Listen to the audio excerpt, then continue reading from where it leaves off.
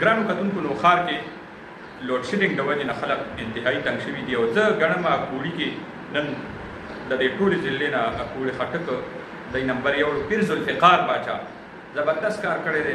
احتجاج تاریخي احتجاج نن ریکارډ کو ټول چې څومره وابډه حکام دي نور انتظامیه ده نو هغه د هغې قبله یې نیغولو کوشش کړی دی.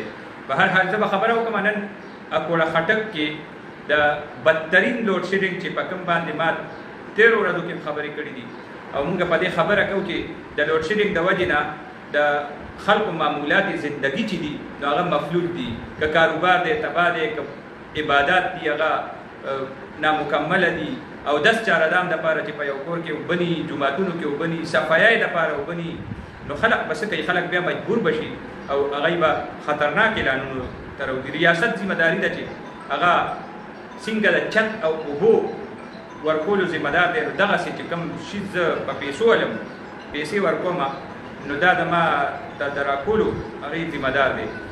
نو اکوړي کې لوډ شیډینګ هغه انتهایي د حد نه زیات شوی دی. مطلب دا دی چې 18 ګنټې او 14 ګنټې د لوډ شیډینګ دورانیه جوړه شوې ده او بیا ورسره چې مونږ وګورو نو د ګیس لوډ شیډینګ نو خلک بالکل تیښتې له راوستي دي. دغه وجه ده چې نن خلک په سخته ګرمۍ کې سور نور کې هغوی راووتل او په روډ باندې درنه ورکړه، احتجاج وکړو. دا احتجاج تاسو سره مونږ شیر کړی دی په مختلفو پیجونو، تاسو ته دا چې کوم اپډیټ وا در رسېدلی دي.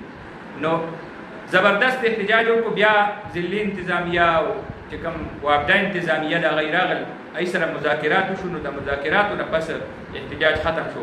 اوس حالت دې ته راغلی دی چې هغه د باچا قصه ده وایي اول ګزار ورکول شروع کړي نو دومره اوده قوم مو دی او دومره بې غیرتي ده چې اوس ورته وایي دا ګزار را نظر وباسئ. هغه باچا و که نه وایي یو خلکو باندې د ټیکس دپاره ګزار لګولی و چې محل ته څوک را دننه کېږي نو هغه نه به یو ګزار وباسي او نو خلک وایي بیا به ولاړو لین به ولاړو. نو دا خبره چا نه کوله چې دا ګزار رانه ولې وباسي.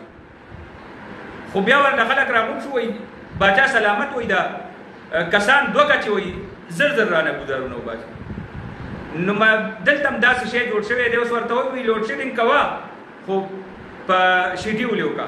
لکه مطلب دا دی مونږ اوس په دې باندې مجبور یو چې مونږ ورته وایو چې ګزار وباسه خو لږ زر وباسه. نو مونږ لوډ شیډینګ انتهایي تیښتې له راوستي وو. دا لوډ شیډینګ دا صرف دا کوړي مسله نه ده، په نوخار کې هر کلی هغه د لوډ شیډینګ نه د لوډ شیډینګ د وجې نه په عذاب کې مبتلا دی. هغه د ګیس لوډ شیډینګ دی او هغه که د بجلی لوډ شیډینګ دی. زمونږ د ډیپټي کمشنر نوخار د هغه هم ذمهواري جوړېږي چې هغه د دې آلینال دی، هغه د دې ذمه دار دی. څنګه چې 13 ورځ هغوی دلته کې په بجلی کونډو باندې چاپي ووالي نو په کار دا دی چې انتظامیه وګرځي چې کوم ځای کې خو ده هغه خو دې راوباسي او چې کوم ځای کې خو نشته خلک بل پوره ورکوي، خلک ریکوري صحیح ده نو هلته خو بیا غلا نشته نو هلته بیا بجلي ورکوي، پوره بجلي ورکوي او کم از کم د خلکو دپاره زه دا وایم چې د شپې دا بجلي دا ترې نه مه بوځئ. مزدورکاره زمینداره خلک دي او چې دا ټوله شپه راشي هغه ځان ته کوي یا به سهار مزدوري څه کوي او هغه به سهار زمینداري څه کوي. اکوړه خټک کې نن تاریخ رقم شوی دی او ډېر زبردست احتجاج شوی دی. پیر ذوالفقار باچا دبنګ اعلان کړی دی چې که دا احتجاج دا لوډ شیډینګ دا په شیډیول نه شو نو بیا به مونږ غټ اعلان کوو. هغه که اسلام آباد طرف ته ده تګي، هغه که په جي ټي روډ باندې د ناستې وي ځکه چې ګرمۍ ته هوا ته ناستی دی نو هغه که بیا مونږ په روډ کینو او که په پارک کې کینو نو ډېر زبردست اعلان یې کړی دی او مونږ وایو چې دا د ټول نوخار مسله ده.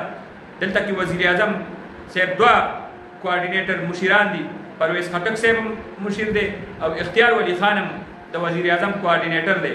مطلب دا وفاقي محکمې دي او دغه وفاقي محکمو د واګې اچولو دپاره دې دواړو چې کوم مشیران دي دی له میدان ته راوتل پکار دي. خلک په دې کې مه سوځوئ چې 2 کاله مخکې ووټ دی پي ټي آی نه ورکړی دی نو د دغه ووټ د وجې نه اوس خلکو له سزا ورکړی شي.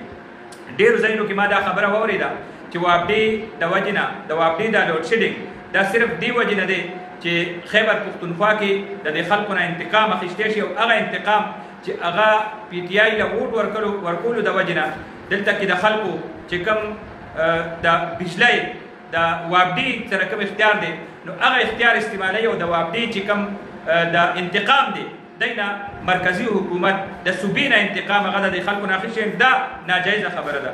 مونږ اپیل کوو چې څومره د قومي او صوبایي اسمبلۍ ممبران دي نو هغه د قومي صوبایي اسمبلۍ ممبران هغوی هم په دې کې کردار ادا کول پکار دی او زموږ چې کوم وزیر اعظم کوارډینیټر مشیر دي هغوی له خپل کردار ادا کول پکار دي. ډېره مننه.